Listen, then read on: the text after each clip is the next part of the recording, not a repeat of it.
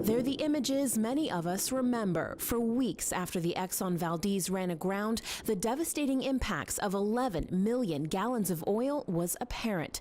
Dead animals, fouled beaches, ruined lives. Rick Wade was there. He was the first responder to the crippled tanker. And the first thing we noticed was oil gushing to the surface. Okay, we're between 44 and 45. The world saw what happened on the surface, but beneath the water, the real story. The oil it's kind of like a river. It'd kind of stick together and you could swim beside it and you could see where the oil was going and try to stay out of it. Wade dove under the wreck, trying to stop the flow of oil, which would eventually make its way 600 miles from Bly Reef. Until it started hitting the beaches, until you started seeing the animals get in it, we just nobody really realized how bad it was. Oil came down and went out of the sound. And Roy Robertson saw how bad it was. He led a cleanup team at Ketchimack Bay. A lot of it, you just couldn't get up. It was in little fine cobbles, and we pulled out as much as we could, but it was still there. Robertson now works with RCAC, the Regional Citizens Advisory Council, formed after the spill to promote safe operation among oil tankers in Valdez.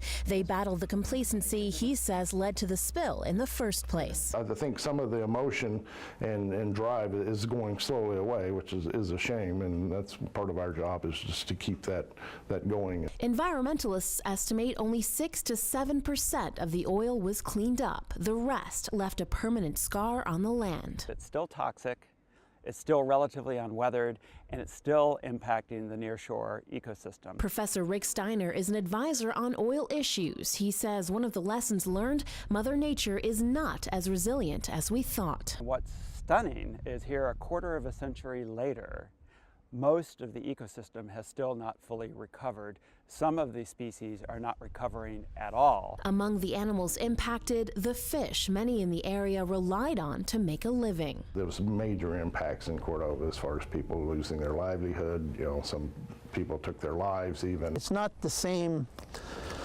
sound that we had before the spill. My grandkids have basically never known, how pristine and what we had before, based on what we have now, because it still hasn't recovered.